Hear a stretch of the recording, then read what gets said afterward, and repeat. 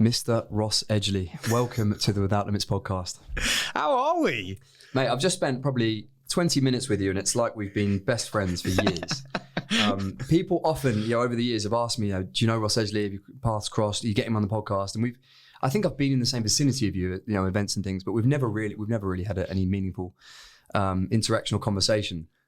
So to be sat here opposite you, mate, is it's a big moment for me, and I'm very privileged to have you. Oh, bless you. But likewise, we were literally just talking because it's so crazy how small the industry is, and it's just been amazing. Because I think it was years ago now. I was just saying it was my older brother who was just sharing all of your Instagram training videos and was like, "Look at this dude. He's a rugby player, but he's smashing everyone at High Rocks." I was like, "No way!" So me and my brother sort of bonded over our mutual love and admiration for you. So it's really weird that now we're sitting here. And actually, he was the first person I messaged. I was like, Ollie just says I might be going on his podcast. So this is amazing. Thank you. Mate, it's, like I said, you're one of the originators, I think, in this space. And I think anyone like me, I've come from this kind of background of, I've really wanted to understand the sports science side of things from a coaching perspective. And you're someone who articulates the sports science and brings it into this, mainstream area where we can start to understand some of these things. And I think that as a coach, it's been, inspirational to see how you do that. But then also as someone who is really trying to push the physical and mental capabilities of myself and some of the people that I train, and it's obviously what this brand and what Without Limits kind of is about. Like I said, I think you're one of the originators in that space. And we spoke off air that you were before your time with some of these pursuits. Your intentions around doing those pursuits was just to make a bit of money and get a bit of notoriety to hopefully build a business around it. And it's gone on to become something that's truly inspirational. And some of the feats that you've done, I think, are, like I said, they make what I'm doing it seem like a little walk in the park. No, I'm going to cry. What an intro! not the intention, but like I said, I just think credit where credit's due, because a lot of this stuff has been hugely popularized over the last couple of years, and many people are doing some amazing challenges and things. But I think that where you started back in 2014, 2015, 2016, like I said, and went out there by yourself to do it as a way to build your brand in the protein works at that time.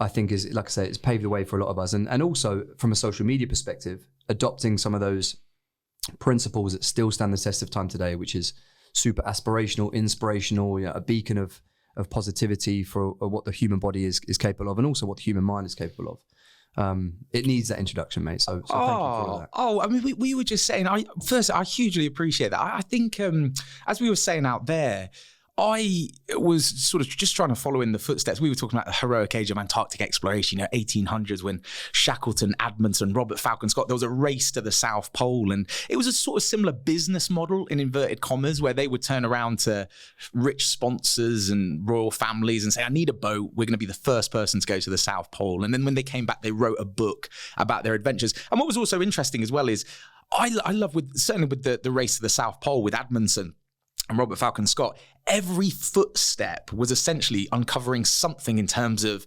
adventure, geology, biology, human physiology. Every step was into the unknown and pushing and advancing our understanding as humans. And I think so similarly, that's what we're trying to do in our own niche, with Ultra Jacked and what you just did with your Ultra. It's just like, you shouldn't be that size and run as fast and as far as you do. Even with them, again, I was chatting with my brother, your heart rate just redlining the whole thing. It was amazing. So that completely rewrites the rules on what we think should be possible. And that's what I love. And I think that's exactly what you're doing as well, that in your area, just advancing our understanding. And I think what I love other people doing it as well. Ned Brockman, huge fan of him, who ran across. Weirdly, he started following me last week, and I obviously know who he was, so followed him back, and incredible. Oh, he's a dude, isn't he? And then Russ with Africa as well. And what I love, it's just this idea of having an event. And anyone listening, I just encourage everyone to do this. Have an event, and it's got to be specific to you, something that you love, something that you're good at, just something that resonates with you, and then work out a timeline and then just reverse engineer and deconstruct it. And I think that's what you do brilliantly, because obviously with your background in strength and conditioning, you go, okay, this is crazy. How do we get there? And I think the more people who put that out into the world, social media becomes this melting pot of sports science ideas, theories, and philosophies. Yeah, perfect. I mean, you are an embodiment, right, of what this podcast was about. And so I always start with the question, what does Without Limits mean to you? And like I said, you are a living example of someone who has put decades into pushing both the physical and mental capability of the human body. So what does Without Limits mean to you? Why is it so important in your life? Oh, Good question to start with. I think what I love when it's a goal that just hasn't been done before, like I said, heroic age of Antarctic exploration, or also Captain Webb, 1875, first guy to swim across the English Channel. There were people at the time who said it cannot be done. More examples: Kipchoge, sub-2-hour marathon, Roger Bannister, 4-minute mile. People, it can't be done. One of my favorite examples as well, Adam Peaty recently, great friend of mine, going to his 3rd Olympics, greatest breaststroke the world has ever seen. And they were achieving times and speeds that leading sports scientists and like physiologists, doctors at the time, certainly with Roger Bannister, it was like, you cannot run under a 4-minute mile. You know, the human legs will fall off, the lungs will explode. All these sort of like physiological malfunctions were described. And what was interesting, Roger Bannister as well, a medical student at the time, so, you know, had read all of these medical journals, was very clued up in terms of sort of human physiology, biology, was like, no, I understand everything that you're saying, the limits that you're putting on me, but I'm still going to lace up my trainers and go and try and run a sub 4-minute mile. And then what I love about that as well, as soon as Bannister did it, the following year, not so many people, I make it sound like, you know, the floodgates were open, but people were then running that 4-minute mile because it just changed what people thought. You know, they completely changed the perception of what we put the limits on. And I think that was kind of the same with the GB swim when people, it was no secret, but then when I announced it, you can actually see, I did it sort of recently just out of curiosity. I went back over the comments at the start, and I'm sure you get this as well, Ollie, but like I smile to myself now. And when I announced I was doing, you know, go swim around Great Britain, the comments like, this is never going to work. Look, he's so short. He's so stubby. I give him 2 days, you know, loads. And what I loved is, God bless, I don't know who this person is, but I love them. He went back on all of these comments and just commented going, well, this didn't age well. And it was just so interesting that, yeah, at the time people said it couldn't be done. And now, hopefully, you know, people are sort of asking questions. Hang on, if he sort of pushed past the limits that we thought we had, then what else can we do? And I think that's why I love being tagged on social media with people just sort of saying, oh my God, have you seen, like I said, here Ned Brockman, oh my God, have you seen this guy, Ollie Marchon? He's jacked and he's just, that's what I love. So it's that shared collective. And I think also like, just why we're sitting across from each other, it's a tribe. And again, sorry to go off on one. I've had a lot of coffee this morning, by the way. Ollie makes an amazing coffee. So. It's my sister. I've got to give her credit. But it's look at the anthropology of us humans, and there'd always been one, dating back to our ancestors when we're sitting there. And, you know, our caveman ancestors, there would have been one in the tribe that sort of went, what's over the horizon? You know, what's over that mountain? And we've since actually coined this, it's called the wanderlust gene, where people have a certain gene expression where they process dopamine slightly different to other people. And I think it's really interesting that those people with that, it doesn't matter what their sport, you know, they're sort of bonded by that. And so that's why I love when I'm talking to you, you know, a Captain Webb, Ned Brockman, whoever it is, it's so similar that when we talk, we're doing it for very similar reasons, you know, so it's a different sport, but the same reason. Yeah, I love the whole Roger Bannister effect thing where, you know, as soon as one person does it, then you sort of see these floodgates of everyone else. It's almost just like opening their minds to know that they can achieve it. But for a lot of people that I sit opposite with and even that I follow and kind of absorb their content, a lot of people think like you, right? It's about this need to disprove or prove to themselves or someone else really that these things can be done. There's often a level of darkness or hurt that they're either running away from or using it as a coping mechanism. Is there anything in you that is like that? Because you're just this smile. Maybe it's that dopamine gene that you've got there. But you're just this smiley, happy-go-lucky person that's dedicated a large portion of their life to suffering. Yeah, do you know what? The reason I smile and laugh is so many people ask, and I completely agree that sometimes it can be. I can't remember who it was. We were just talking about Chris Williamson, you know, absolute legend, mutual friend of ours, and I can't remember who it was. But I think it was a psychiatrist or a psychologist on his podcast who said a lot of great high achievers have the right amount of childhood trauma. And it was just this idea that it was just enough trauma that they want to prove themselves. They've got a chip on their shoulder, but not so much that it's self-destructive. And I completely agree. I think, again, I'm a huge fan of David Goggins. And I think what he does and how he talks to himself, that self-talk, is incredibly powerful. You only have to see what he's achieved to understand that works. And again, it was on a recent podcast with Chris, shout out to Chris. He said something brilliant where I said, my self-talk's a little different. So we've just finished a 510 kilometer swim down the Yukon River. And I think what was so interesting is during the sort of 60 hours that I was swimming, it didn't quite feel right. And on all the past experiences I've had, and this, I want to ask the same question to you, Ollie, is like, it didn't feel well to be like, oh, man up, Ross. What are you doing? Stop being such a wimp. Because I found in my experience, you can do that for a marathon or something even shorter, actually. If you are powerlifting, I can get psyched up, I can get angry. But over 2 hours, like adrenal fatigue, central nervous system, neurotransmitters, everything starts to get a little fried. An Ironman, say you're doing that over 14 hours. Oh, God, it gets a bit tiresome. You can't grit your teeth, and just bite down on your mouth guard for 10 hours. 24 hours? Like, no. And so for me, knowing that events go on for days or months, in the case of swimming around Great Britain, I just found that gratitude was far better. So as I was swimming on the Yukon recently, 60 hours in total, the total expedition time. And I remember just looking and I can just see my older brother just throwing bananas at me. He's sleep deprived, hasn't slept as well. I've got my girlfriend as well, just like making warm porridge oats to try and like put it in my stomach so I don't get hypothermia. And it was just looking over, just going, wow, I'm so grateful to you guys. And the Canadian team out there as well, just selflessly, like just giving their boats, their time, their expertise. So I found I just swam with complete gratitude the whole time, instead of that kind of more aggressive self-talk. And then it was Chris who said, and I love this, he just went, wow, it's kind of like trying to put petrol in a diesel car. You pick your fuel, but make sure it's right for whatever car you are. And I think to that point, having spoke to you now, and it gets more intricate with you, I think, as well, because we were just talking about the effect of kids has had on you and things. So I suppose my question I just want to ask you is kind of, what fuel do you put in on the ultra recently? Was it aggressive? Were you like, Ollie, what are you doing? You could do better than this. Was it, oh no, I'm happy to be here? Well, it's a good question, but actually, as you started on sort of unwinding that, I've not really done anything now beyond, that was just shy of 12 hours. So I've not done anything beyond 12 hours, right? In terms of like a continuous effort.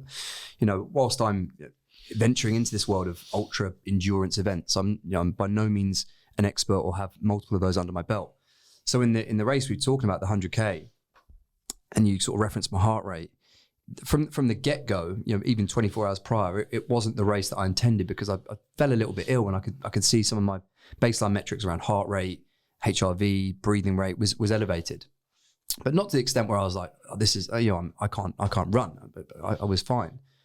But I just didn't feel right as we start going. The pace we were running at should have been really comfortable, and it just wasn't. And I was checking my heart rate thinking, fucking hell. And then you start to believe things are getting worse and worse. But there was a 2-hour period where I was still with two of the other boys, where I was just hanging on. I was at the back of the three of us, and I was at the back and I'm hanging on, and I'm really pushing.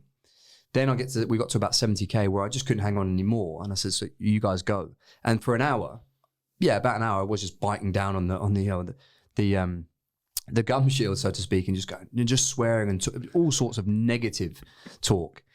But you raised the point there of like the fatigue and the seeing, like by the time I'd got to 75K, the fatigue was so extreme. I was so beat up from the way I was talking to myself, but also just the physiology just fucking on the edge, that I'd resigned to the fact that if I walked the last 25K, like where would my time get me? And I was doing all the math in my head. It's like, if I walk now for 25K, I can walk it around 10 and a half minutes per K. It will get me in this time. And I was like, oh, that's all right. Now that's respectable. I've fallen apart at 75K, and it's because I'm ill. I make up these excuses. But like with anything, you realize that it's just a phase, right? It's just a phase. The aches and pains, the way you're thinking, your mindset, it's just a phase. And 5K later, the sort of surroundings and the terrain had changed, and there was just a little bit more stimulus to start to pick me up a little again. And I found my legs beginning to turn a little bit quicker, whereas 5Ks prior, I physically couldn't turn them any quicker if I put all my effort into it. So to answer your question, I very much relied on fucking abusing myself for about an hour. But I do think that, that's not possible when you're going back-to-back days, because that can leave you in a pretty dire state all round. But I think there's something. I think the reason you're so endearing is because of that, right? Like that level of gratitude to be swimming for 60 hours and be thinking about the people on the boat rather than where you're at, which is why I think you're so different to a Goggins and all these other people that are doing amazing things, but they kind of become one and the same. Mm-hmm. I think having a bit of a different persona and way you go about things, I think is the reason why you've had so much success in it. And also because, as I mentioned, the physical feats you're doing you're one of one in so many of these things. Oh, I can't wait to have this conversation again, because I know obviously you've got another ultra coming up, and to see what strategies come up on that. The reason I ask is because you spoke about kids. And this is like one of my favorite, well, there's two stories. One, good friend of mine, Ash, he talked about when he ran the London Marathon and everything was going fine. And, he was in the hurt locker, but, he was keeping it together. And then he never forgets, because obviously you have your name on your bib. And he said he looked over and there was just like a random kid just standing there. Screaming his name. Yeah. And he said he just bawled his eyes out. And he said, oh my God. And then further to that point, taking that step further, Yasmin Paris, and I hope I'm pronouncing her name right, unbelievable, recently did the Barkley Marathon's first woman to ever complete it. Yes. Unbelievable. But long before that, because she's kind of, and she doesn't have social media, so that was huge, but she's come to a level of fame even though she doesn't have social media, if that's a thing. And I hope I get this story right, and I'm going to apologize now if I slightly butcher it, but this is the basic concept. There was a famous race, I think it was the Spineback race, something like that. Again, I'm so sorry I'm butchering this story, but this was amazing. She ran it. I hope I get the metrics right. Not only did she win, I think she broke the record as well, but this is where it gets fascinating. She just literally had a kid, I want to say 6 months earlier, and she was breastfeeding between feeding stations.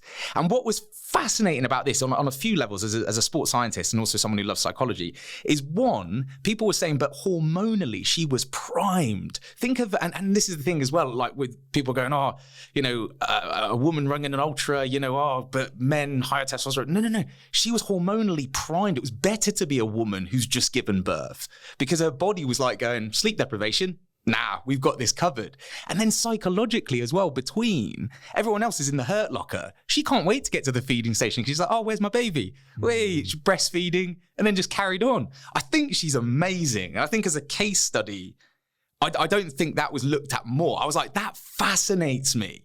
And so, sorry, on that note as well, I just think it's amazing that, going in to the next ultra, friends of mine who have done the Bob Graham, a famous fell race, it's so interesting how at the different stations, a friend of mine, Jacob, was talking about, he had his dad and his mum at different stations, but it was knowing to have the mum at the right one and the dad at the right one, because his dad had run his Bob Graham. And so he's like a proper kind of like, guy, grew up on the fell. So when Jacob ran in, his dad's there going, what are you doing, lad? This is awful. I was 10 minutes ahead of you. Keep going. Oh, you're messing around. Jacob was, I've got tough love. But then he got in and his mum's there at the next station. His mum's like, Jacob, you're doing amazing. You just, there's my little soldier. Oh, I love you to bits. You okay? You look tired. Can I get you in? And he's, I'm all right. And he went. And it was knowing at the right stations. And I just think what's fascinating is at your next ultra, at the opportune moment, if there was that, and you talked about the kids being a motivating factor, just all of a sudden showing you a video, your kids just turning up and cheering you on, you'll probably just goose step and win it. Yeah, I mean, not quite mother and father, but Fran and Harrison, who they were our support team for the 100K.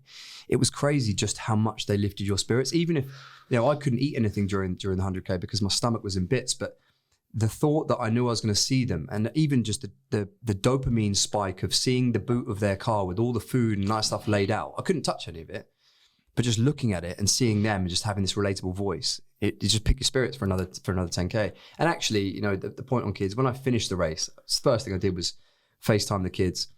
And they're like, Daddy, did you win? I'm like, yeah, I won. And just like that, you realize that they don't know what you've done and stuff, but to them it means something. And just the way in which they articulate some of the questions that they've got for you, like, yeah, fuck, whatever it is to them, I'm going to try and achieve it, because 100%. They just think you're a fucking superhero. Oh, 100%. And I think it's so strange, like knowing what you need at certain times like that as well. It's on the Yukon swim, I never forget, like, because it was obviously in the Yukon, it's quite close to the Arctic Circle, so the sun never really quite goes down.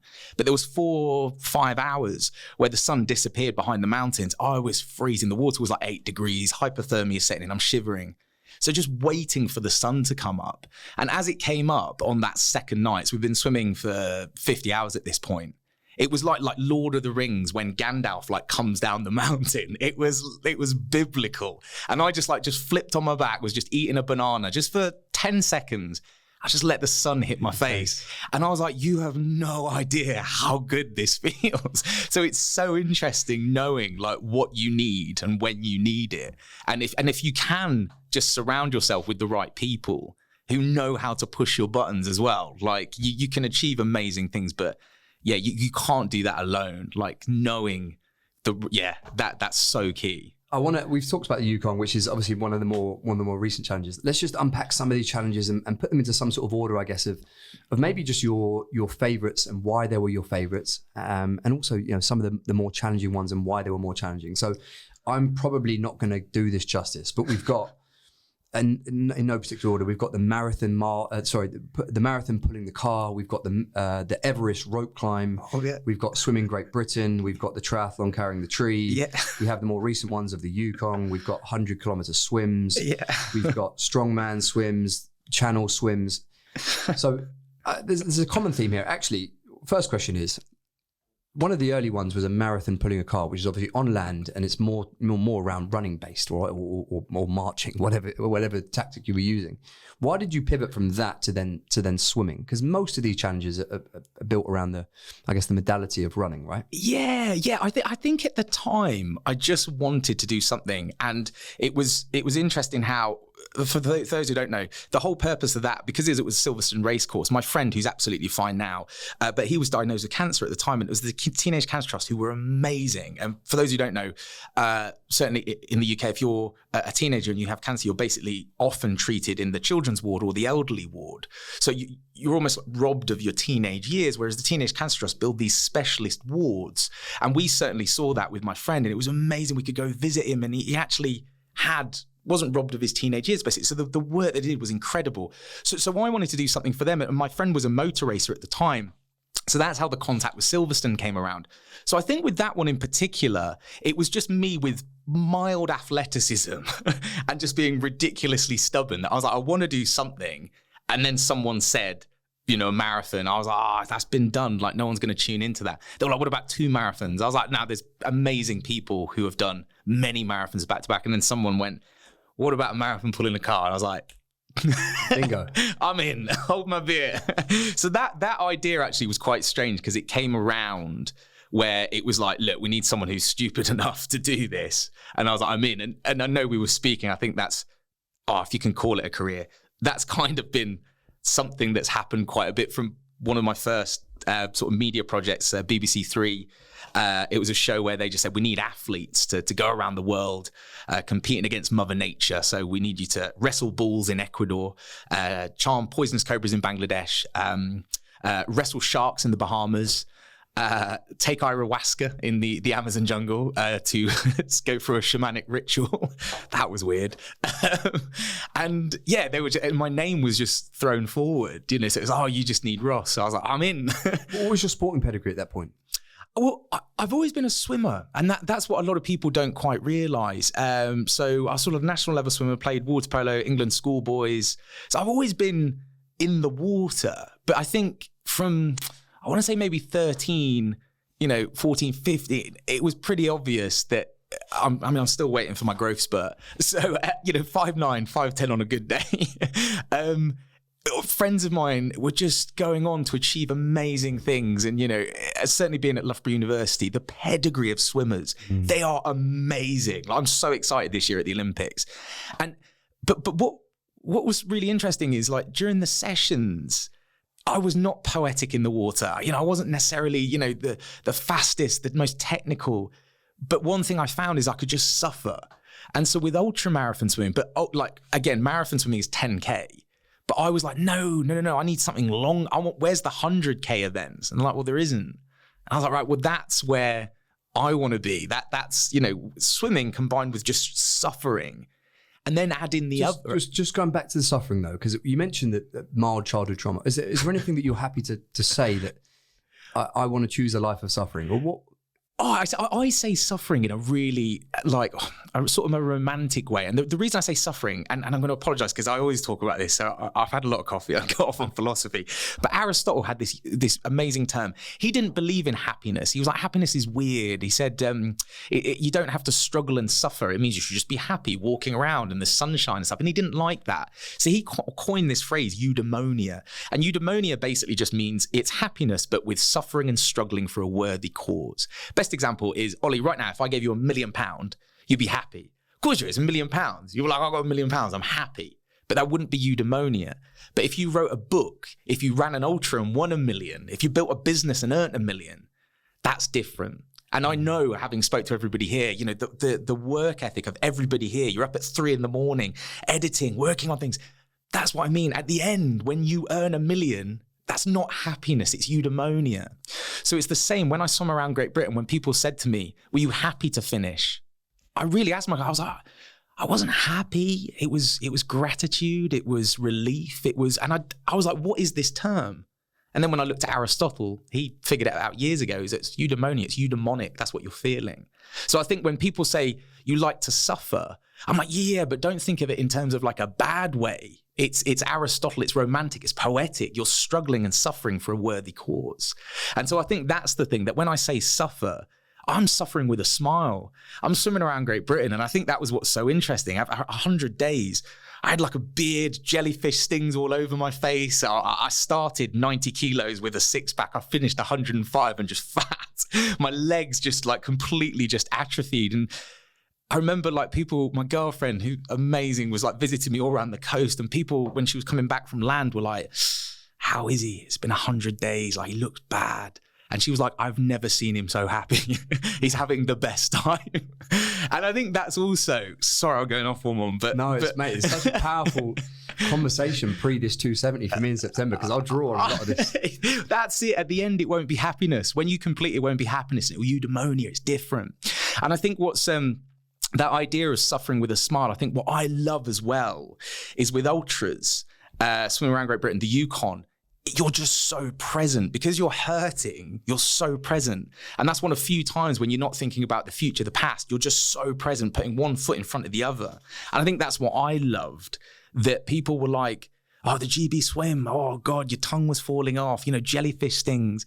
And I was like, oh my God, but it was a primitive, like just way of living, where every morning I woke up and I just had 2 questions.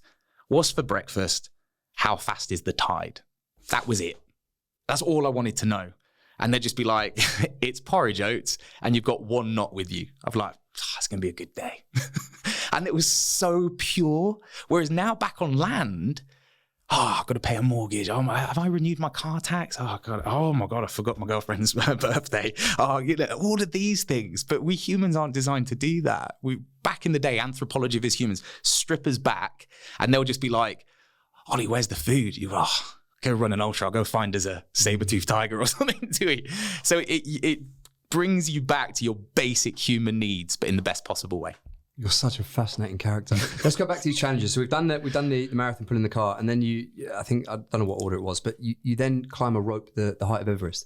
There's not really much rhyme or reason between pulling the car, climbing a rope, the height of Everest, and then swimming around Great Britain. So how did you come up with these challenges? Like what?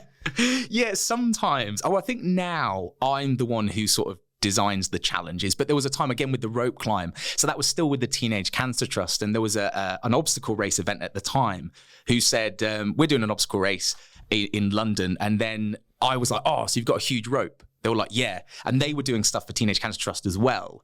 So I said, oh, can I turn up a day early and climb a rope for 24 hours? They were like, yeah, knock yourself out.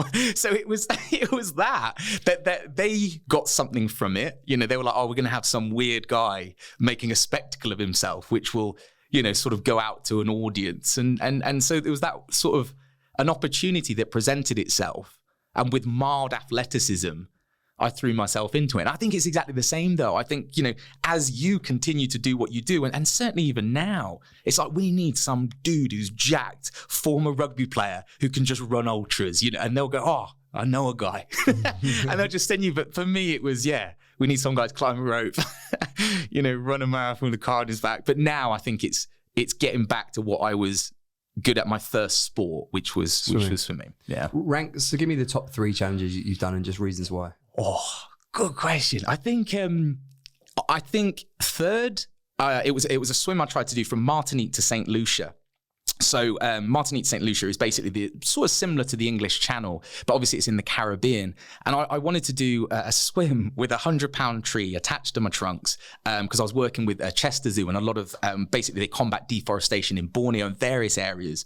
So the tree that we found as driftwood was almost symbolic of that. So people were like, why is he carrying a tree with him? And it's, I'm glad you asked. And then we could actually use that as a Trojan horse to talk about combating deforestation in Borneo. That was as weird as that event was. So I never forget, I rung up, and I wish I'd recorded this conversation to this day. I rung up the guys who were in charge of the English Channel and various pilots. And I said, oh, hi guys, I want to swim across the English Channel. They said, no problem. People have been doing it years. Here are all the rules. You've got to get a pilot. Here's the rules, guidelines. And I said, oh, fantastic. Thank you so much. I said, I'm sorry. Can I just stop you there? And they said, yeah. And I said, I want to do it with a tree attached to my trunks. And there was a long pause. And then I never forget, the guy went, but you can't. And I said, why not? And he went, because you're not a registered vessel. And then I went, how do I become a registered vessel? And he put down the phone on me. So I couldn't swim the English Channel because I wasn't a registered vessel. But then I had friends out in the Caribbean who were like, oh no, like the rules, no one cares out here. So I was like, oh, wicked. So then I went out to do Martinique to St. Lucia. And I think the reason I love that swim, I didn't make it. Worth noting, I didn't complete that swim, but it was taught me such a valuable lesson with tides and currents. And prior to that swim, I was a swimmer and an athlete. I had no concept of tides. I was not an adventurer. I use that example because I think adventurers have a profound understanding and respect for the ocean, for the mountains. Kilian Jornet, greatest ultra runner ever. He's so philosophical. And there's sometimes when he's running and he just posts and he goes, it wasn't today. The mountain decided we weren't going to run today. And that's it. People go, why not? He's like, no. The mountain said, wasn't today. And I love that. So I think, and on that particular note, I remember I was swimming from Martinique, St. Lucia. There was one point, and this was the hardest lesson I've ever learned in open water swimming. Again, tree attached to my trunks. And they said, Ross, I need you to swim. I need you to swim hard. You're in a counter current. So you need to punch through this. I need you swimming as fast as you can. At this point, I'd already been swimming for like 21 hours. I said, no problem. And I put my head down. And I just swam as hard as I could for 4 hours, nonstop, just windmilling, pulling. And then I looked up and I said, how are we doing? And he just looked at me, the captain, and he said, Ross, I'm going to be completely honest. You haven't moved. You're still on the same spot. And I looked at him. I won't repeat what I said. My language was quite colourful. I was like, what do you mean I'm on the same spot? He goes, and then we're arguing for about 5 minutes. He goes, Ross, can I stop you there? I said, what? And he goes, the entire time that we've been arguing, you've gone back 400 metres. I was like, oh, you're killing me. So it was that, I think, is number 3, because it was such a valuable lesson. Having learnt those lessons, that led to the GB swim, where Captain Matt Knight, absolute hero, understood the tides and currents. He was an absolute genius. And then from that, again, I think at number 1, more recently, maybe because it's fresh, was the Yukon. Because with the Yukon, again, you need to understand, people are like, oh, but it's a river, so it's fast. I'm like, yeah, but you take the wrong route, you go down a log jam with whitewater rapids, you've got to swim hard enough that you don't go under. If you go down the wrong route as well, you've got to be sprinting across to get to the right side. So I think that one, because again, it was a river, it was my first river swim, and it was just very different. So each one, the lessons that I've learned, I think, very different. Are you, surely you've got the status of registered vessel now after swimming around the fucking UK? I don't know if I do. We've got to start a petition for that, man. How do you, more recently, obviously swimming being the kind of, I guess, the modality you're using, but how do you take your strength and conditioning background and apply some of those strength training principles, or even just like training principles in the lead up to these challenges? And has it had to change with the periodization of different challenges, or is it fairly kind of, I've heard you talk about the, GPP before, general physical preparedness, and just your affinity to that style of training. Yeah. For people that are listening that want to go and challenge themselves in some of these things, there's obviously, some specificity and some technical competency they need to build and skill acquisition. But for the most part, what does training look like when you're looking at some of these challenges? Yeah, I mean, I'm glad you asked. I'm going to give my answer, but I want to ask something very similar, because I find that, and I borrowed this term, and I've forgotten who I need to attribute it to, but it's that idea of training to train sometimes, like work capacity. I'm such a big believer in that. So your body's ability to perform and positively tolerate training of a given intensity or duration. And what I mean by that is you could have two athletes who have the same VO2, lactate threshold, strength metrics, everything's exactly the same, but one might have a higher work capacity, so they can tolerate more work capacity. So if you gave me those two athletes and they went, right, you're both going to train for an ultra marathon, I know athlete A with a higher work capacity, I can just flog them, for want of a better term. And I think that's exactly what we found with you. You're a workhorse with your rugby background, with strength training, now going into ultras. You can flog you. You can just go, right, okay, today's session, 20 miler. And you're like, brilliant. And you'll just do it. Whereas someone with a poorer work capacity, but with all the other metrics the same, they'll start to break down. And I think it's so often, for me, I think in swimming, I was chatting to Brett Hawke, Olympian and Olympic swim coach, amazing, like absolute genius. And me and him were talking about when I was really lean and doing a lot of sprint training for the shark documentary to try and swim like a mako shark, which we'll come on to. I felt like a Formula One car. I was so fast as long as all the variables were strictly controlled. Whereas if anything went wrong, a tendon would snap, something would give. Whereas when I swam around Great Britain, I was just big, chubby and fat, but I was so robust. So instead of a Formula One car, I was a tractor. I could just go through anything. And I think that's kind of what we've seen with you. And I get so excited now with athletes crossing over, because you're so right, said principle, specific adaptation to imposed demands. But I think too often athletes specialize too early, and things just start to break down. They don't have that work capacity, that athleticism, proprioception, kinesthetic awareness, all those things you get as a kid from just being so general. And I think some of the best athletes I've ever seen sometimes crossed over. One of the best athletes I think ever, well, a few actually. So again, Eddie Hall, unbelievable swimmer. And if you've ever seen him run as well, it makes absolutely no sense. And then he specialized in strongman. Jeff Capes, fell runner at 22 stone, was playing football, rugby, basketball. Again, world's strongest man. And I think it's really interesting now, some of the athletes, Linford Christie, exactly the same, or one of my favorite stories as well, Steve Redgrave, rugby player, English Institute of Sport. They went, you're not bad at rugby. But this is rowing. Do you want to try this? Yeah, fine. Greatest rower we've ever had in the world as well. And I think that's what we're seeing now, that with you can just flog you, for want of a better term, and your body responds. Do you think that's right? And have you seen it with other athletes who may have specialized too early, that they break down? Yeah, I mean, we sort of, I say coined the term, but we talked about training everything so you're ready for anything. We talked about that in 2016. It was actually up on the wall of our gym. I think my sporting background, and we spoke about this before we came on air. As a kid, basketball, football, athletics, spent every week down the track, rugby, all these different things. It was about sport. And then when I went to the gym in the weight room, it was about concurrently trying to be as strong as possible, improve muscle mass. And I just had this love for pushing my aerobic capacity. I loved it. So if you then into running, the skill, I've already developed a level of skill when it comes to like running. Swimming will be a different matter altogether, because there's a skill there, the breathing, everything else. And I'm sure I could do it. I just need to go and learn that skill in isolation. But yeah, I definitely think a bias of mine was around just like generalized fitness, generalized training. And I think that is having that base is something that I can call upon now. And I can just we talk about being 6 or 8 weeks away from a considered training block where we're focusing on maybe one single thing, more time on feet, or, refining the deadlift, for example. And then I can start to see those incremental improvements. But for the most part, training is fairly generalized the whole time. You're so right. I think even taking that slightly a step further, it's kind of related, but kind of not. But even like with nutritional strategies, I've been chatting, Richard Chesser, James Morton. Richard Chesser was the GB nutritionist for swimming, and James Morton, Team Sky, when they won the Tour de France. Fascinating guys. And one thing that I sort of learned from them was this idea of sometimes athletes are just wrapped in bubble wrap. And he said sometimes you're handed these unbelievable athletes, and specifically regarding ultras here, but they have no ability to just like digest, assimilate foods because their diet was too clean. And I said, what do you mean too clean? And they said their gut just can't absorb like more than upper limit 120 Gs of carbs every hour on the hour. And it's like, but it goes, Ross, some of them are at like 40 Gs and they'll go, I can't have another Energel.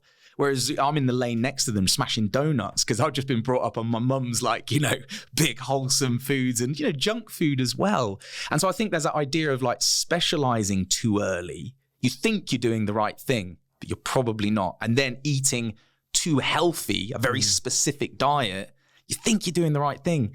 You're probably not. And that's why sometimes you see these ultra athletes. I mean, I love going to Keswick and running the fast. You get these 60-year-olds who are just like cruising past me on Kendall mint cake, going, go on, lad, keep going. I'm like, what are you doing? They're some of the best athletes you've never heard of up there. They're amazing. And I think it's because they just understand, for all of the sports science and stuff as well, it's like, be general. And also just learn to suffer. Again, they're really good at suffering. So on that notion of learning to suffer, we've discussed how you might train for some of these endeavors, but how do you learn to suffer for some of these endeavors? Is it just through these long, arduous training sessions, 12 hours in the pool? Or is there something that people can draw upon to try and build that mental resilience and toughness? I think there's a few things there, because I do think we were talking about a meta study looking at ultra endurance athletes, so a meta study of thousands of studies. And they were saying some of the elites and these, basic people who are winning, the champions of these sports, I believe, I hope I get this right, I think it was like 35 to 48. So it's like, well, hang on, like how is that the case? Because in everything else, youth is of benefit, testosterone, growth hormone, you sleep and you recover like that. I remember as a kid, I'd just shake off like a broken arm, and then equally elasticity of tendons, proportion of fast twitch fibers, all of these things you could argue are better with youth. That's why you don't really see, I think Linford Christie to this day is still the oldest 100-meter Olympic champion, because that is something that comes with youth, that elasticity of tendons and reaction time, all those sorts of things. So you're like, hang on, so how come ultras are doing better? Well, how come they're older, these champions? And you could argue, everything from sort of mitochondrial density, capillary density, increase in slow twitch fibers. You could argue all of that. But I think so much is mental. Like, they know how to suffer. You'll know with an ultra, swimming, running, cycling, it doesn't matter. You're not going to stop because of your VO2 lactate threshold. Granted, they will help. Even biomechanics, running economy, swimming economy, it will help. But what will stop you? More often than not, people will just quit. And I think that led me down the rabbit hole of looking at the Tim Noakes central governor theory, or psychobiological model of fatigue. For those who don't know, it's just this idea that if me and Ollie went for a run right now, so let's go and run a marathon.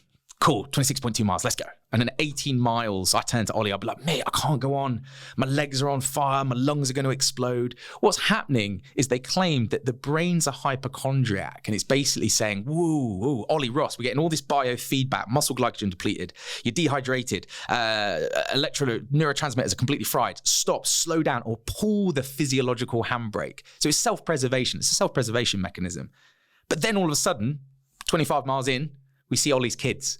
They're like, oh, go on, daddy. Oh, and he goose steps and he sprints it. I'm like, hang on, what happened? Me and you were dead at 18 miles. But all of a sudden I see, a burger at the end of the street and I can finish. So we know that we're far more powerful than our own mind allows us to believe, and that the brain's a hypochondriac going, whoa, slow. Now, I think what's really interesting is I can sit here and have this conversation with you, Ollie. We're comfortable, we've had coffee, it's a nice morning. But when you're in a hurt locker, reminding yourself of that is so hard, and I think it needs practicing. And not just in an ultra. Anybody, if you say I'm going to do interval training on a rower, when you're like, oh my God, I'm about to pass out, tell yourself, no, psychobiological model of fatigue. You're pulling that physiological handbrake. And then further to that point, what I found is, while theory and philosophy is great, if I was your support crew on your next ultra and I'm there going, and you're running and you're 10 hours in, you've completely depleted muscle, like you've sunburnt, everything, and I'm there going, Ollie, remember psychobiological, but you'll be like, mate, do one. So then it's knowing what to tap into, and it might be something far more primitive. So when you start looking at Maslow's hierarchy of needs, so a pyramid where at the base of that pyramid, basically Maslow argued, these are human needs. At the base, you just got food, warmth, water, shelter, base there. And as you move up, then you have family, friends. As you move up, job security. As you move up, feelings of prestige and accomplishment. And what's interesting is prestige and accomplishment is up here. So it's at the very top. So me talking about, and I love what you just said there as well on your last ultra, I don't need to win anymore. I'll get through. That's a respectable time, because you're not here. You're here. You're at the base. You're completely depleted of muscle glycogen. Blood sugar's probably down. You're dehydrated. So what we need to do is cater for that. So again, if I'm your support team and we're 10 hours in, I'm not going to talk to you about, remember, how good is the medal? Yo, I don't care about a medal. I need to just go, do you need water? What do you need, Ollie? And I think that's what's really interesting, flipping between the two. Sometimes talk theory, philosophy, and Aristotle, but you might be like, mate, I don't want to hear it. Give me some water. And it's knowing which one to do. Has there been ever a time where it's outside of your control? You reference the swim from Martinique. You're in a current that you're physically. I think actually on that event you actually were going to miss where you were heading to, right? So that's clearly outside of your control. Maybe if you respected the tides more, you could have completed that one. But has there ever been a stage where that physiological handbrake has become too much for you to deal with, and you've just gone, actually, I'm out? Well, I think and I don't say this in I don't know what the right word is. I'm not a romantic sort of big-headed way in the slightest, but I think since certainly Loch Ness Swim and Tresemmino, so for those who don't know, we attempted a really, really long swim in Loch Ness. I think we were in for about 53 hours in total, but it was going into the British winter. Loch Ness is cold as it is. So I still, to this day, thought it was going well. And this is, again, my brain was going, it's a bit cold, Ross. And I'm going, no, you're just a bit cold. Keep going. Psychobiological model of fatigue. Keep going. And then all of a sudden it's wetsuits chafing. I go, no. Again, hypochondriac. It's pulling that physiological. So I pushed beyond that. And then it just went dark. And I woke up in the hospital bed with my mum at the end of the bed. And I was like, it's not gone well, has it? She was like, no. And I had the cellulitis, which was the chafe. I thought it was chafing, but no, cellulitis is basically a skin infection that if it gets into your lymph nodes or your bloodstream, it can be fatal. Like, it could have been game over. So that was me going, nah, it's just a bit of chafing. And then me thinking I was just a bit cold. They were like, no, you were severely hypothermic. So I was like, right, not good. And like I said, I don't say that in a, sort of bragging way at all, but since speaking to sports scientists, they're like, Ross, you don't have that switch. Basically, yeah. They're like, when that's telling you, listen to it, pull the physiological handbrake. And then the same happened in Tresemmino as well.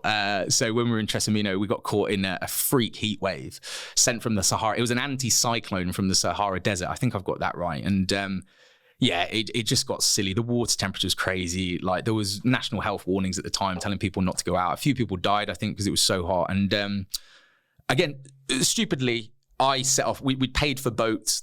There was a lot of sort of not pressure, but expectations.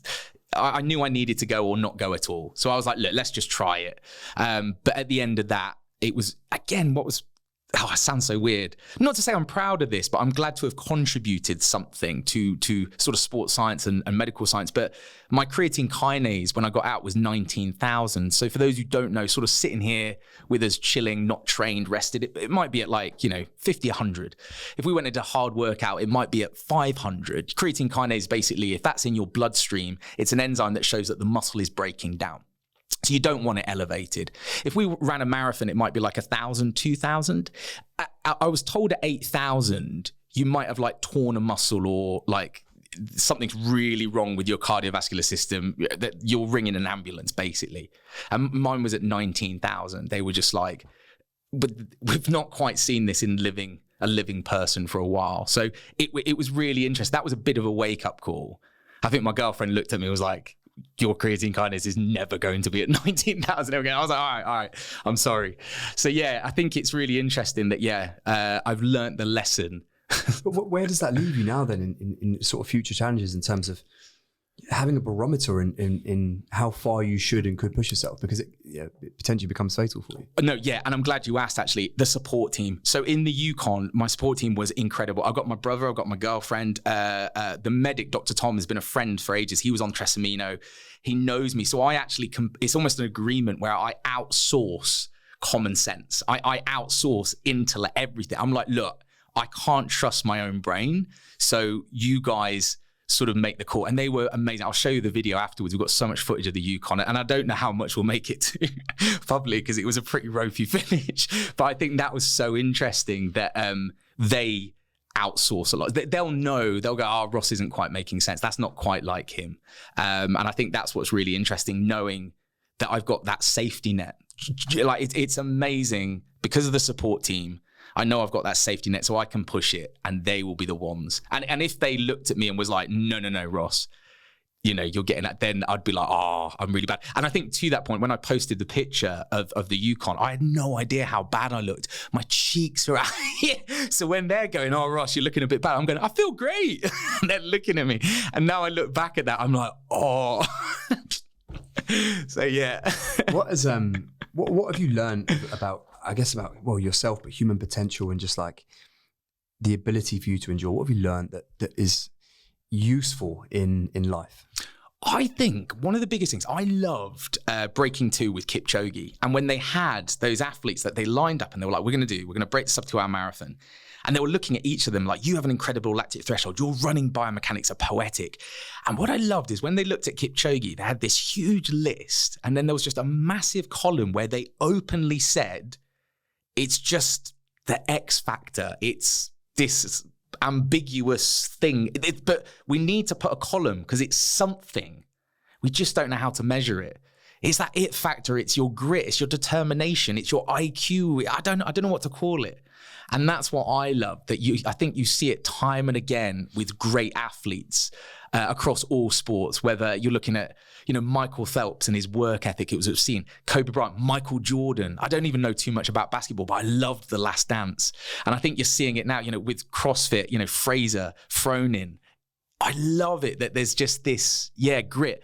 Yasmin Paris, you know, who I spoke about, they have this unbelievable ability to suffer, focus.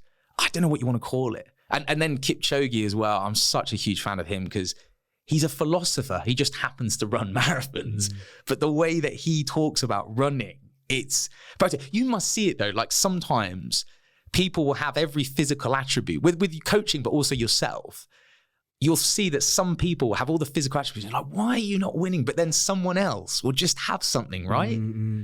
Yeah, I mean, you see it in anything, right? Sport or physical pursuits, but you also see it in business. Some people just have an X factor, and it's not particularly tangible or measurable. They just have it. Yeah. For me, again, it was Captain Webb. I mean, I love 1875 when he swam across the channel. People were like, you can't do it. The tides are too strong. The water's too cold. You cannot do it.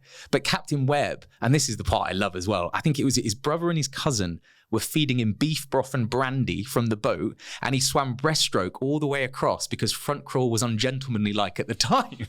So there's just something so British that you're just like, what a legend. And I think and another example that I love, because I love the heroic age of Antarctic exploration where we were all trying to get to the South Pole, and it was Amundsen, a Norwegian guy, that I love that his attention to detail for adventure for him was like there should be no surprises. So it's the same when you run your ultra. I don't want any surprises. I know what nutritional strategies, 120 G's of carbs every hour on the hour, religiously, militant. And that was Amundsen, so much so that with the British, Robert Falcon Scott, when he turned up, there was this race to the South Pole. And Robert Falcon Scott, he turned up, he brought horses that fell through the ice and the orcas ate them. He brought tinned food that then ended up like just giving them poisoning, so they had to throw those away. The entire time, Amundsen had learned from the Arctic and speaking to indigenous people up there, he knew how to hunt for seals, penguins. Not only that, he had dogs, because dogs aren't going to break down. They're not mechanical. They're not horses. They're not going to fall. So he had dogs, sled dogs. And this is where it gets interesting. He even knew that to get to the South Pole, he needed a certain amount of dogs. And then on the way back, because he didn't need those dogs because they were going to reach them, he could eat them systematically to know they got, yeah, exactly. So there was that ruthlessness that at the time, the media, certainly the British media, was like, oh yeah, I mean, the Norwegian beat us, but he ate dogs. Like, what sort of an animal is he? And so it was really, and then he even had an Olympic skier as well, leading from the front. So there's that idea of just like efficiency, planning and stuff that I just love. And that's one thing that, going forward with all adventures now that I sort of plan.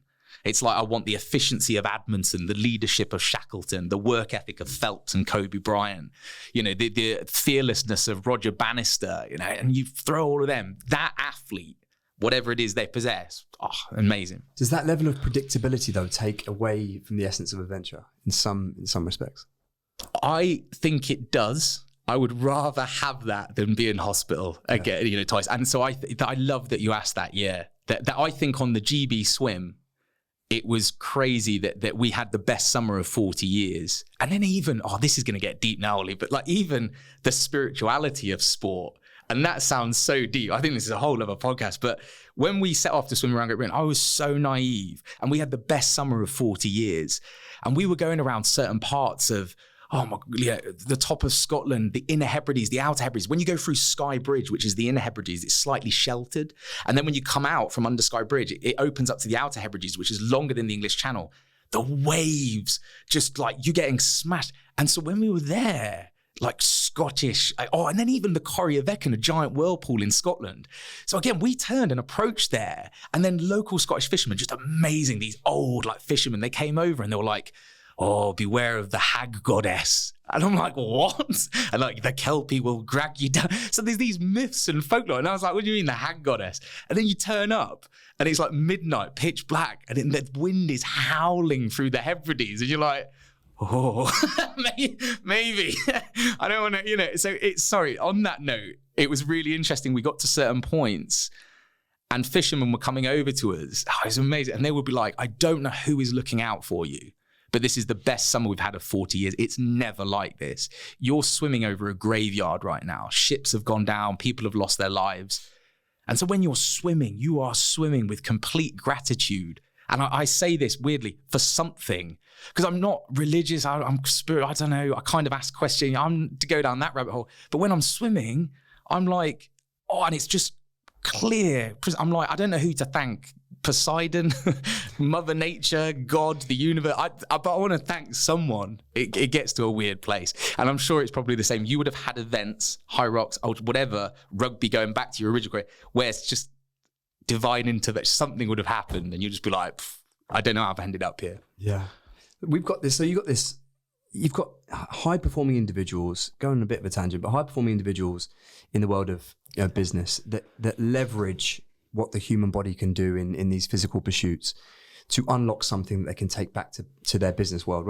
Discipline, routine, structure, stretching, what they're mentally capable of, so that anything they encounter in their business, it becomes easy, routine. And then you've got people in the sporting world that harness all of those qualities that they've developed over years of competing and training and the discipline, and then they pivot into business, and they almost get this head start because of that that learned behavior.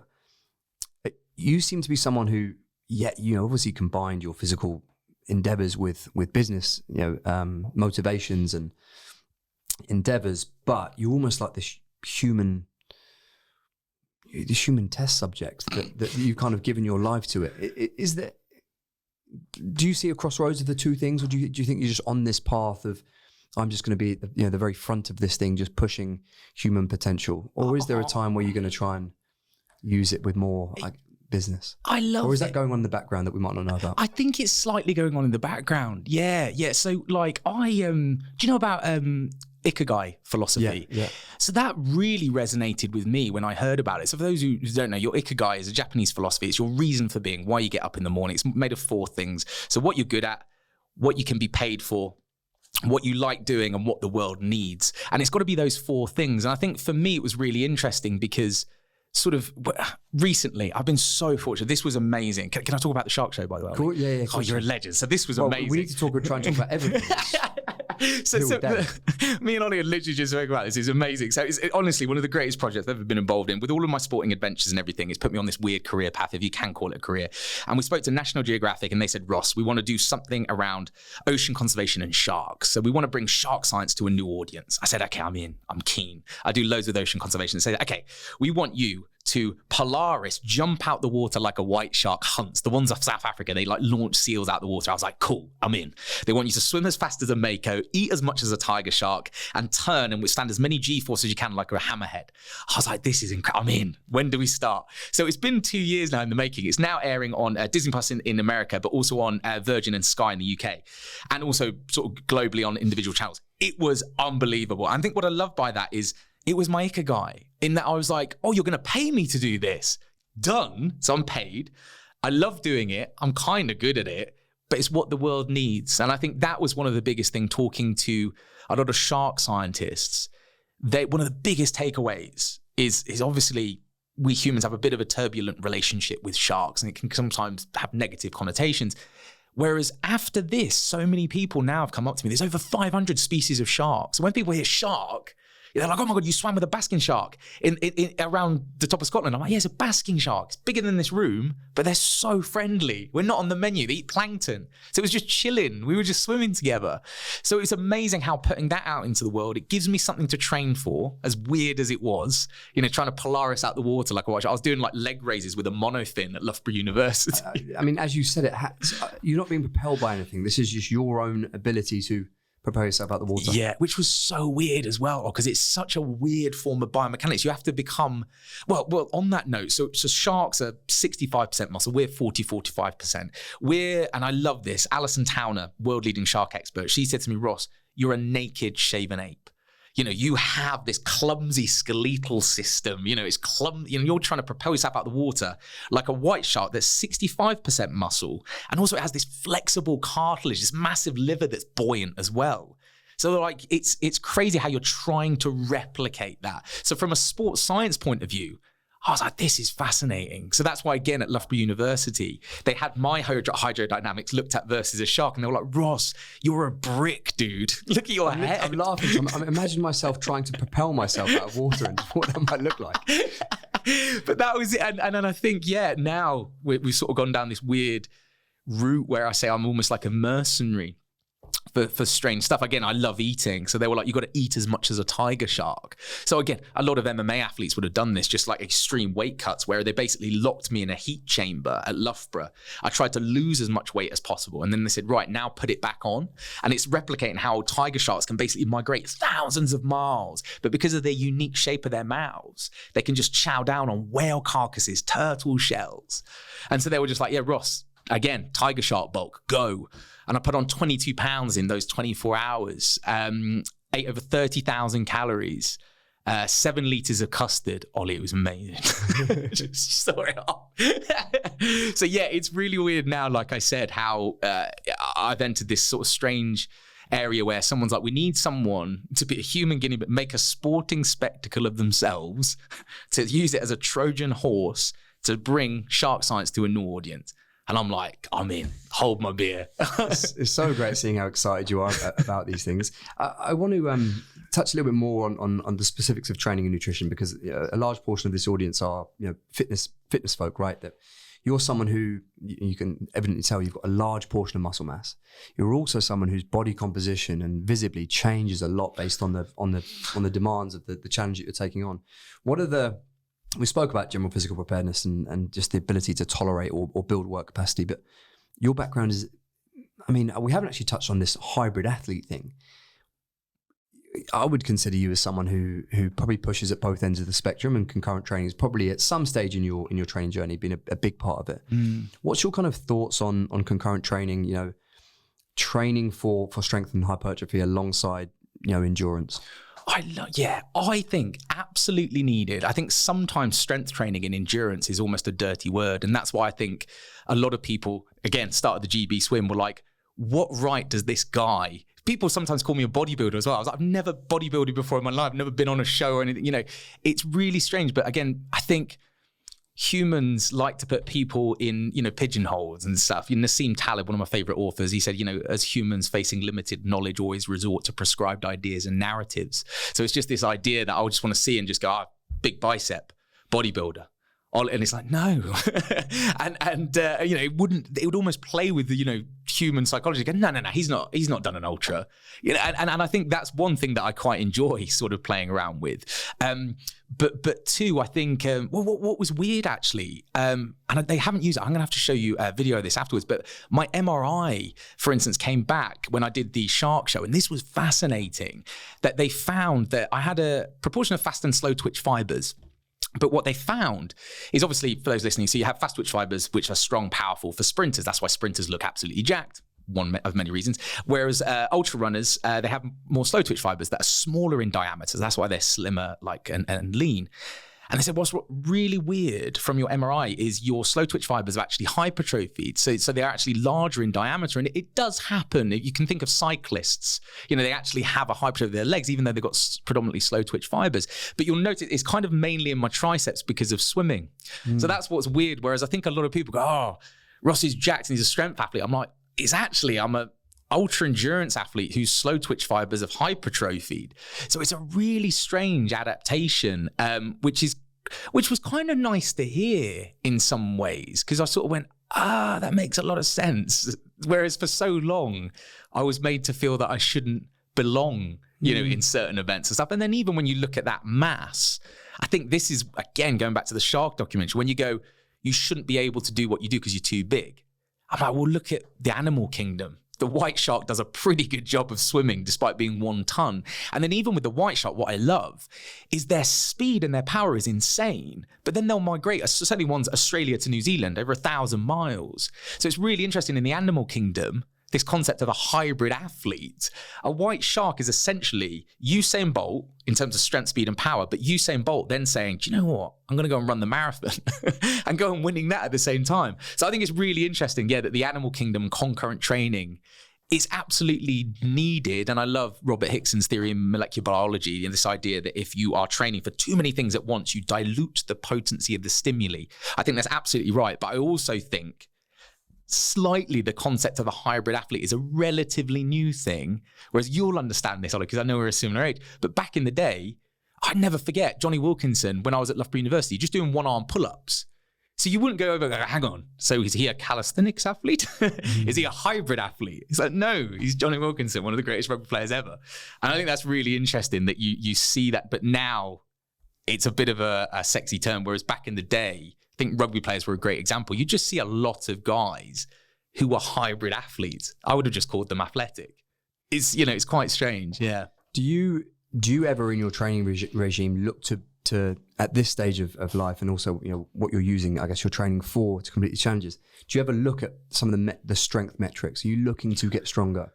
Or is it purely a case of robustness, resilience, and just like minimum effective dose to ensure you can get through the challenge? Yeah, good question. I look at strength metrics, but they're really weird. So as a kid, we'd have all been there.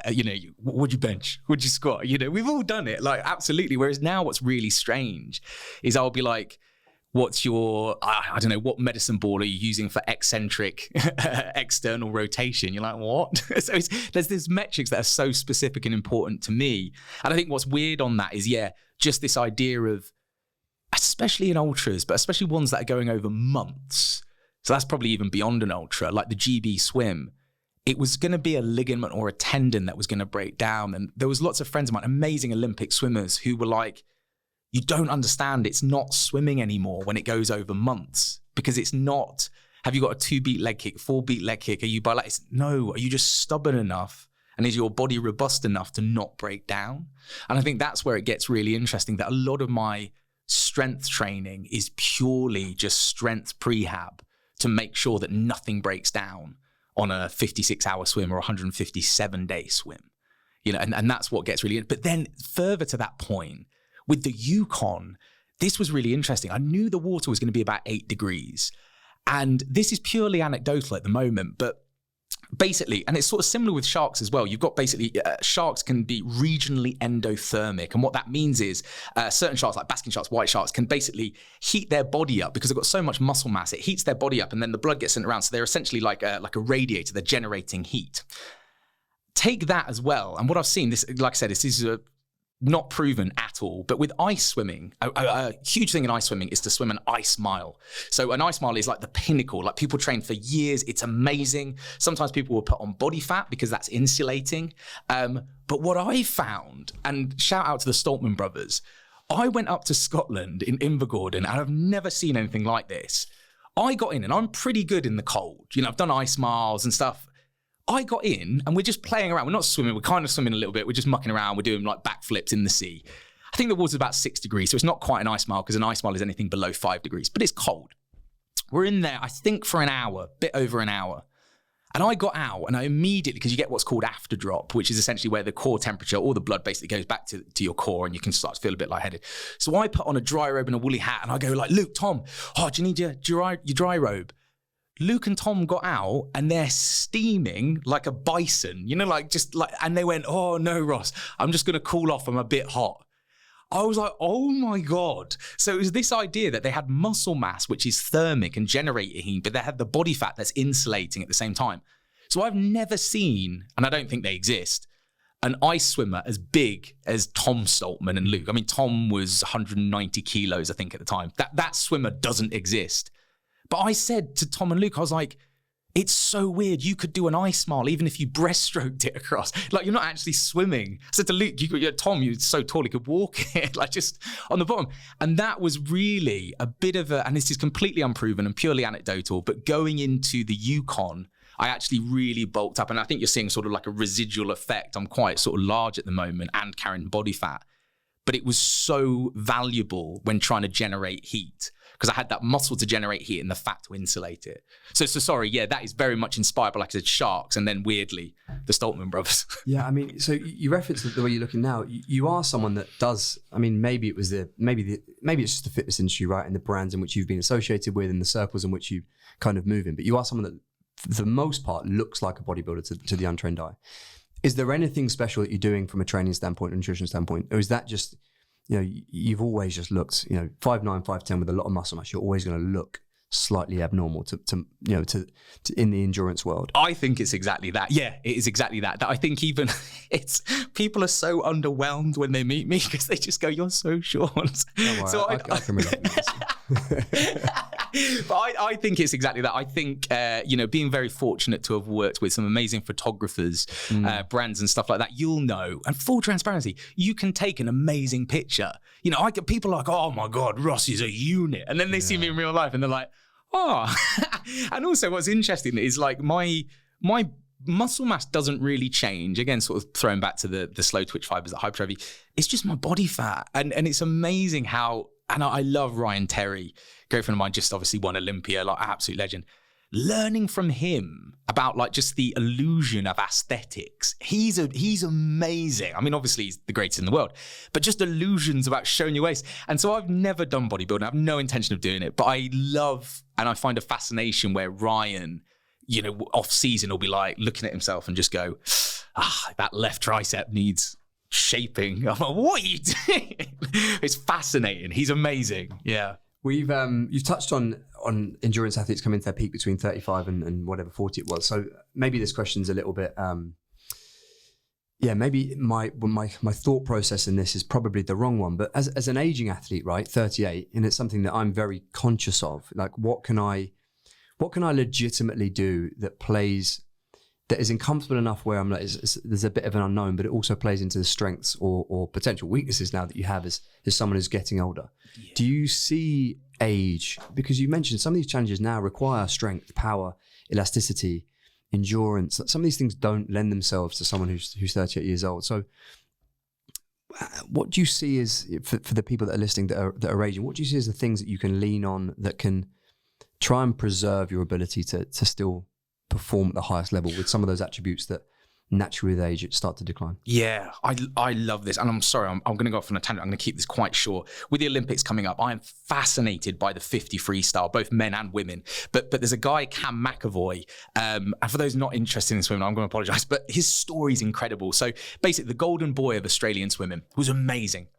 And went to, I think it was London 2012, an Olympics anyway. Did okay, made the final and stuff, but certainly didn't medal or anything like that. By his own admission, fell out of love with swimming and was just like, I'm not really feeling it anymore. Because certainly in swimming, I think more than any other sport, there's an idea of that garbage yardage. It doesn't matter if you're a 50-meter specialist or a 10K swimmer, you just get in and you swim. And that's needed in swimming because swimming's so kinesthetic. It's proprioception, it's feel for the water. But at a certain point, I think swimmers, and Brett Hawke is preaching this, again, he's amazing, that past a certain point, you don't have to do miles and miles and miles. So what happened with Cam is he fell out of love with the sport, COVID happened, and then he just sort of went, I want to do something else. So he started rock climbing. And as he started rock climbing, there's a direct correlation with your 1 rep max on pull-ups and also your swim sprint speed. It's a great predictor of swim speed because you're just that idea of like generating propulsion. So Cam started speaking to rock climbers and went, whoa, you're strong. And they were like, yeah, how'd you do that? And starts working up to 70 kilos, just 1 rep max pull-ups. And then not only that, he's getting crazy strong, but he turns around and goes, what's that? And they were like, it's a front lever. And he went, oh, that's kind of like swimming, like the finishing phase when swimming, can you teach me? And they went, yeah. So he starts learning to front lever. few years passed, or, at the end of COVID, he then went, I'm going to get back in the water. I'm just going to do 2 sessions a week. No pressure. I'm just going to enjoy myself. Just not long hours. I just want to enjoy sprinting. And he starts getting in and he's just crushing times faster than he's ever done. He's like, that's weird. Then enters into a local meet, breaks the Australian record in the 50 freestyle. Everyone's like, what's going on? And he just stripped everything back, cross-training, but stripped everything back. And again, at the time, certainly in swimming, people would be like, that's nuts. But Brett Hawke does a brilliant, he talks far more eloquently than me on it, but he just talks about this idea of, Usain Bolt, how many times did you run a mile when you won Olympic gold for the 100? It's like, well, I didn't. It's like, no, it's so specific. So again, what you saw with Cam is he stripped everything back and he's pioneering his own training right now. No one was really training like him. Ben Proud, he's equally as amazing. And then there's another guy, Florent Manodou. Manodou is this French guy, 6'6". I'll show you a picture after this, Ollie. But if I was on Ben Proud as well, British guy, unbelievable. If I showed you a picture of those two and went, they're bodybuilders, you'd believe me. Or if I said they're rugby players, you'd believe me. They're that jacked. So what we're seeing with the 50 freestyle is these older athletes, because Cam's getting older. People kind of thought, he'd sort of retired. And he's now come back. He's old he calls himself old. I don't know how, I want to say he's approaching 30, might be over 30. He calls himself the old boy of sprinting. But it's this idea that he's learned so much and he's done all the garbage yardage when he was younger. So he understands the feel for the water. So he doesn't have to do that anymore. And he's so specific. Won the world championships. He's probably one of the favorites going into Paris. He might win. He might break the world record. And he has completely reinvented swimming and the 50-meter sprint, along with Ben Proud, Florent Manodou, and various others. And I think that's fascinating that you only get that with age. Sorry, that was long. No, that was really good. So I guess it's on that notion with those examples. Where do you think you take your challenges now? With, like I said, things that they not only need to be particularly one. Yeah, there probably needs to be one of one. You want to untrodden ground, but they need to be playing into these. Well, they don't necessarily need to be playing into some of the advantages that you've built over previous years of training. Maybe there's some exploration of things that you can do it into your 40s and beyond. Yeah, I think so. Yeah, 100%. And I just personally, I just love the idea, for anyone listening as well, is just to drill into something, going back to Ikigai, what the world needs. So what can you uniquely contribute to the world, or just to strength and conditioning? And I think great friends of mine who have done the, various rowing events, but specifically the Atlantic row, 3,000 miles across the Atlantic. And this is why I've been so keen to catch up with you, because the guys who own there still might be, but the guys who won the record for 4, they were just big rugby guys. And what I love about this as well, going back to that idea of sometimes people specializing too early, is when they broke the record, there was amazing stories about, a rugby team learnt rowing and then they raised thousands for charity. Isn't that nice and stuff? And I've been there going, tell the real story. And the real story is they basically turned around to each other and went, what's the record? And they were like, I think it was like 30 days, 29 days at the time. And they were just like, yeah, but if you just stay on the oars and don't sleep, then you'll break the record. And everyone was like, well, it's not as simple as that. It's ocean rowing, there's technique. And then the boys looked at each other and went, nah. We've been on the lash, and not slept for a month. We'll just do that. So they just suffer. They just could suffer. So that ability, they just got that. And they contributed so much to the sport of ocean rowing. And I think that's where I'm at now. So when people go, it's very sweet. Some people sort of go, why don't you go back to running or, rope climbs and stuff. And I'm like, I think I've got that meta study, 38. But I think I've got a period where I could do some really amazing things in ultra marathon swimming. And I think that is one thing that I could uniquely do. Whereas when people say to me, why don't you go and run ultras? I'm like, I'm going to contribute nothing to ultra marathon running that Killian Jornet, John Alban, I'm not going to do anything. Please let them. Do you know what I mean? And then equally, I was never a bad runner, and I'm not just, your metrics are amazing. Again, so if we go, but someone your side, I'm like, no, then go and follow Ollie. Again, I'm not going to contribute. I'm not going to do anything more impressive than him. So I'm going to stay in my lane and try to leave, something in the world, a bit of a legacy in my small area. But I've got no interest in doing anything where I'd be like, suboptimal.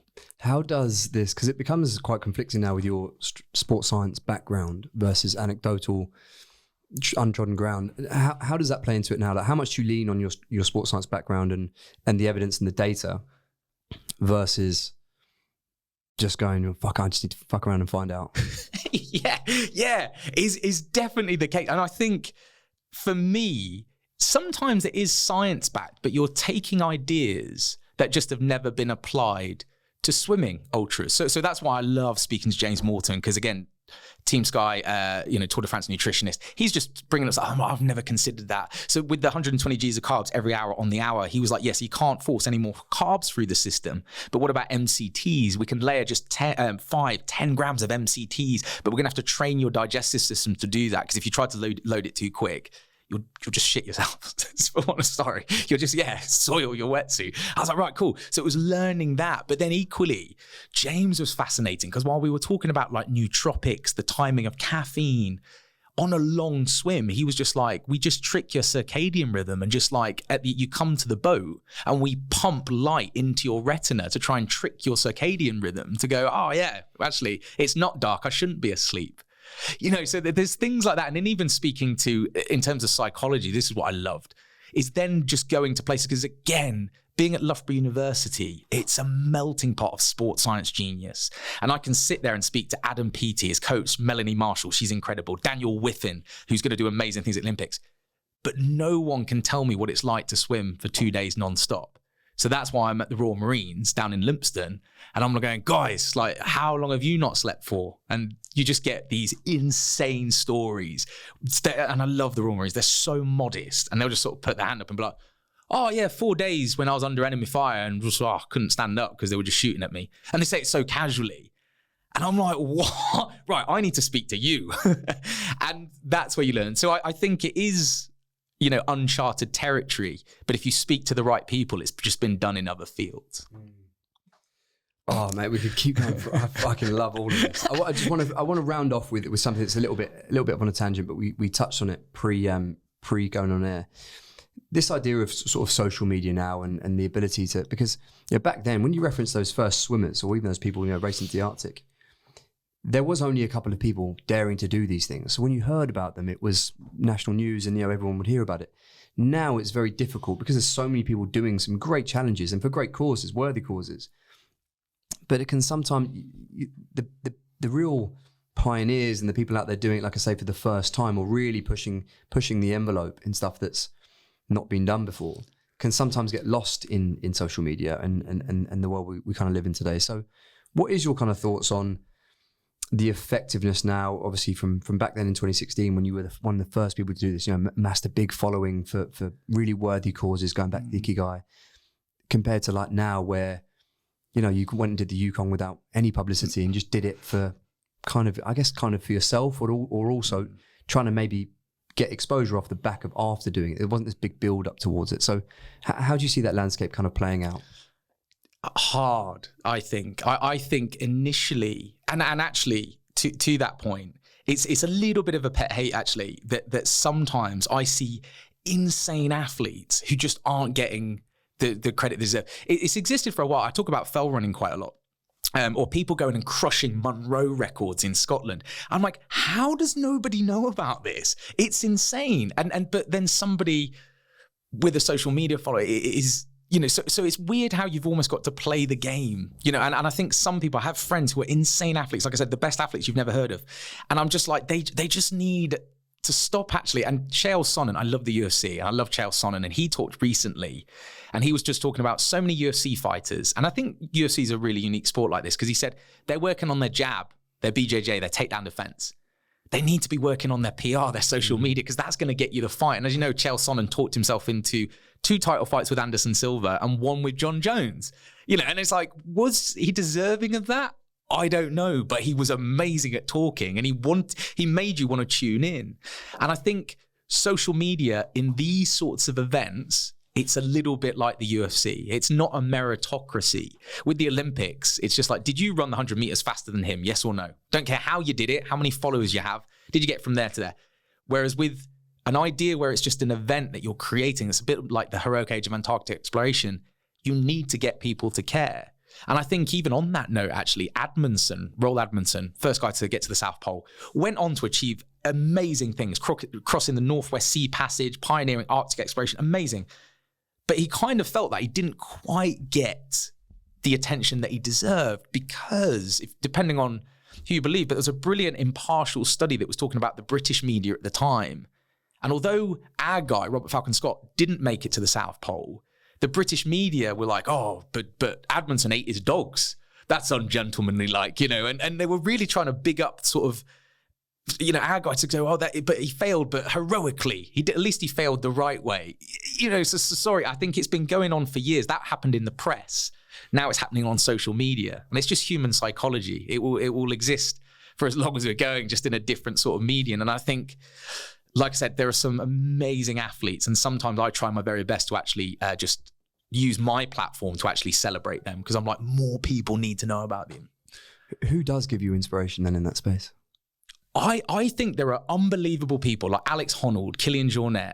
I still think Kilian Jornet is completely underappreciated, but Alex Honnold with free solo. But that, again, I love free solo, where he even took off, not announcing it. You know, Jimmy Chin was like, oh my God, he's gone. And then they caught up and started filming it. It was only because of that they've turned Alex Honnold into Alex Honnold.